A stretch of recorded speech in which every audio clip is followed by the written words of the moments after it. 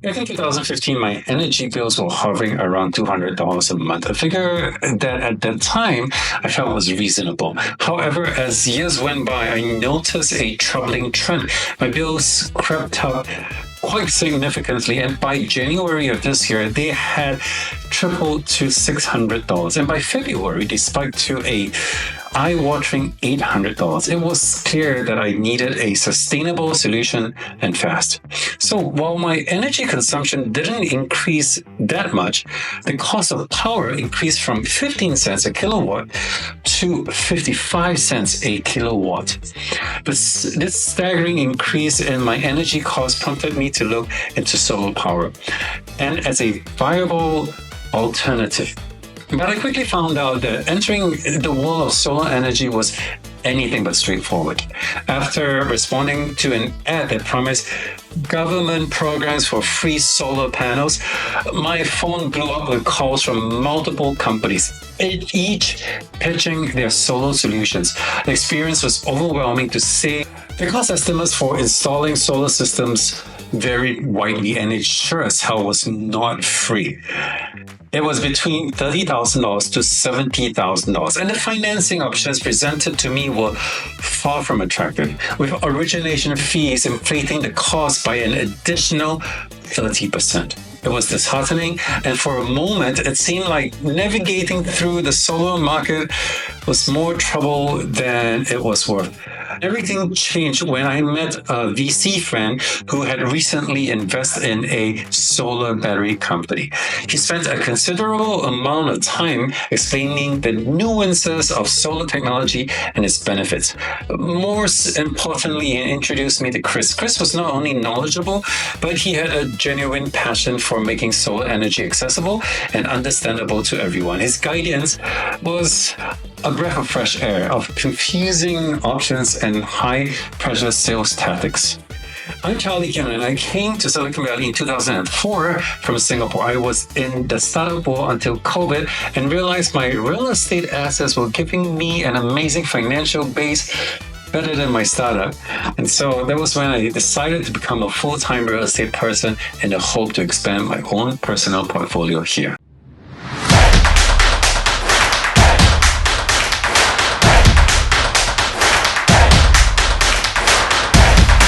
Hi there, welcome to another podcast. So I have Chris on the podcast. Welcome, Chris. Thanks for coming on the show.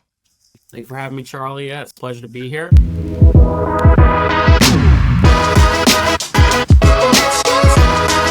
Most of it referring to tax incentives. There's federal taxes as if you purchase a system, but it's very predatory. Essentially, they want you to fill out their information. Those companies will go ahead and sell your information to either an installer directly who has a sales team, or, in my opinion, even worse, solar brokers.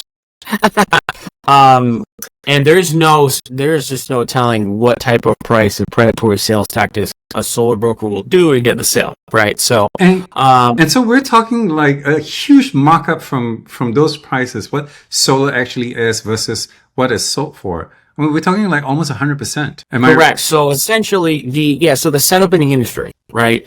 You have a solar broker and then you have an installer. The solar broker, which is really just a sales company, right? They strike a deal with the installer saying, hey, we'll go ahead. The installer says, we will give you as a solar broker, we can install your jobs at $2.20 per watt. Right, so if it's an 8,000 watt system, do the math, right? It's roughly $17,400, I believe, right? So now, so that solar broker knows that their base price to sell the job at $17,400, and the max price they could sell it at is whatever they feel like it, right? So whatever they can get you. So it's a very predatory type of business model. When you're working with a broker. Now, if you have an education on solar and you understand per watt pricing, then obviously you can go ahead and cipher through who is the best option. But, there's a lot of homeowners that when they can get a solar system for $2.30 per watt to $2.90 per watt, buying them for like $5 a watt or even higher. It's a part of the business that where you hear solar's a scam, right? And the reality of it, it's not a scam. but there are scammers out there or people who are very unethical, um, who are Right. literally trained. These solar brokers are literally trained to get the highest price adding. That's their job, right? Well, one of the biggest reasons is that solar is not regulated right now. And number two is there is no single big player out there that can help, or major brand out there that can help regulate this price. Would I be wrong to say that? No, you're 100% right. Right. You are absolutely 100% right. So it's not regulated by anything, to be quite honest with you, right? There's no government agency saying, hey, you can't really price it at this point. Now, the financing companies, right, if you want to, apply for solar, they do have a cap on the price per watt, but that cap is still quite high in comparison to what Right. the system actually costs. And the solar financing companies are not innocent either. They charge origination fees that they tag onto the cash cost of the system, and they'll throw you a high interest rate, especially in a 2024 economy, right? They could charge these financing companies could charge 20% of the cash cost, just charge you nothing up front, but instead of say, your loan is $20,000, they charge you 20%. Now it's $24,000 for principal cost, and they'll also give you a Right. 6.99% interest rate, right? So there are Right. so many That's not there's six so point on the interest rate. That's 6 points above prime. Yeah, so they'll charge you an origination fee that you won't even ever know about, and they'll Right. put an interest bill on top of it, right? So Right. it is, when I talk to a lot of my clients, there's a lot of local credit unions that do offer solar loans where you can bring them a cash contract and they could just give you a fixed Right. interest rate, whatever you can qualify based on your credit score that I suggest. These slides are here. It's going to give you a comparison of how people get their power now versus how people get their power with solar. So it's a very expensive supply chain of energy, right? It's inefficient. However, it is needed right now. Solar can't completely replace this as it state in its current in the current market, but it is inefficient, and one day it will need to be replaced by renewable energy, especially with the mandates. But it's they collect the energy here using fossil fuels. They send all that energy to a generation facility.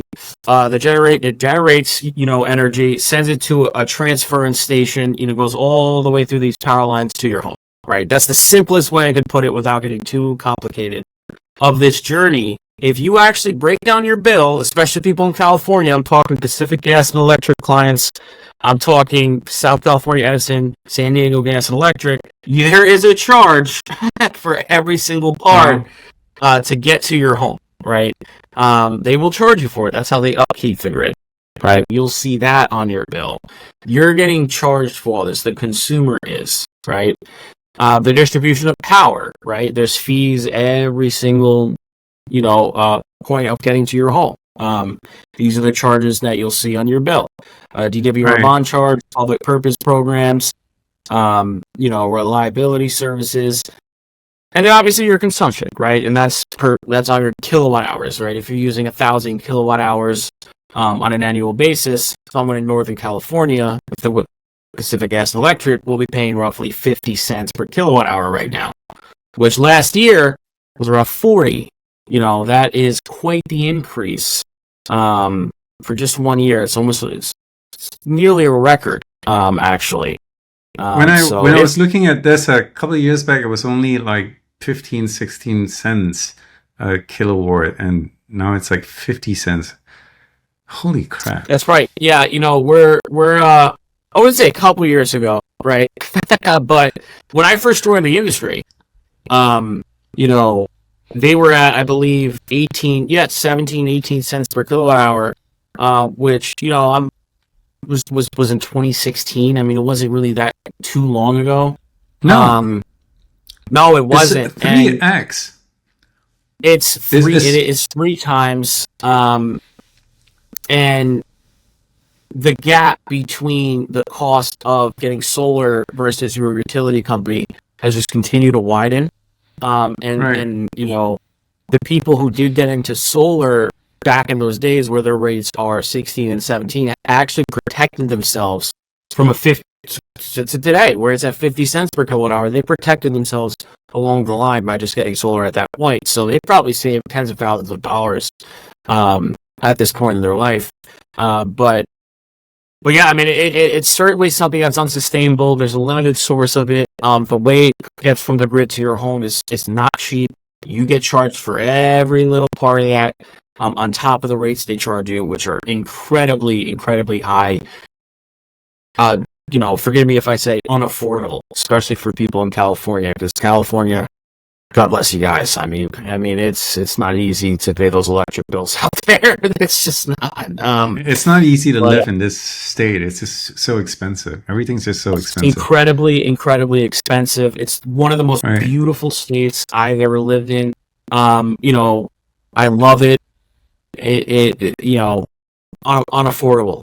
It you know, the tax, you know, obviously the tax over there, a different situation, but you know, in terms of what I do professionally, the electricity rates, they're the highest in the country, other than Hawaii. Hawaii is not like an island, though. So let's just talk about, you know, you know, like the continental United States. Yeah, exactly. The continental United States, the highest in the country. You know, Pacific Gas and Electric, record profits. San Diego Gas and Electric, South California Edison, right? No other, you know, these different utility companies in the states are doing the exact same thing of what the utility companies are doing in California, or, you know, just because it's desirable to live, they'll charge you 4 times, 5 times the amount as someone, let's say, who lives in Arkansas, right? Just as an example, or Georgia, or even Florida, right? Florida's paying like 3 times less than people in California, and Florida's getting up there too. So,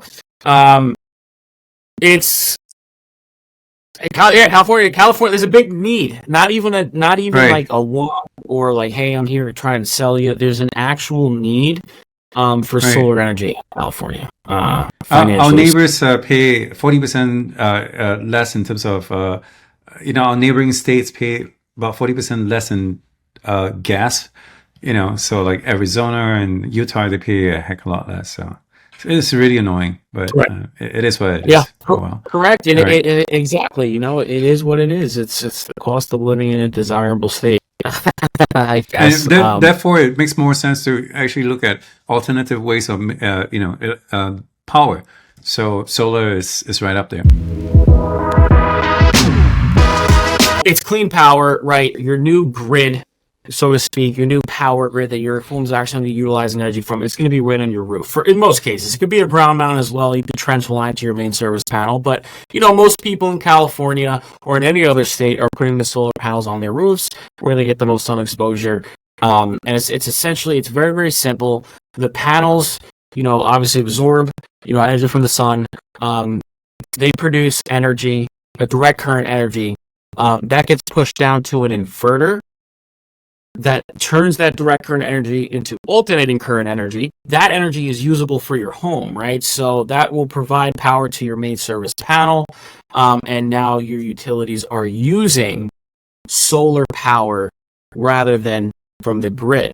Now, what goes along with that type of a setup is batteries, right? If, say, you know, you're not getting enough energy from your solar system, you know, you're actually going to have to pull energy back to the grid, because you'll always stay connected to the grid, because it is important that you coexist with the grid.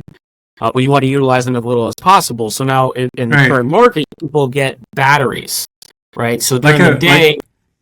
Like a step up from gasoline to Prius before, you know, going to Tesla.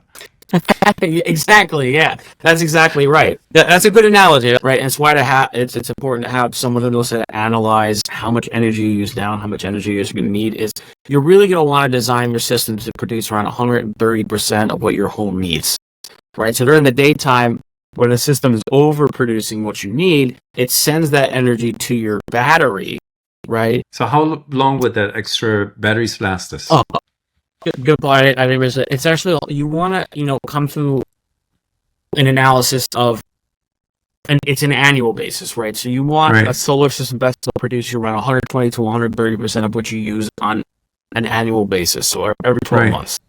Right. To answer your question, how long will it provide backup power to your home? Well, it actually depends how many batteries you get. So, a bigger battery like a Franklin or a Tesla Powerwall, they store 13.5 kilowatt hours for that battery. So if you stack them with two, right, that's about 27. 26. That is 27 kilowatt hours of energy that you could store in that battery in case you have a power outage. Yeah, Chris, you haven't done any advertising yet. This is great. Talk to us a little bit about your company as well.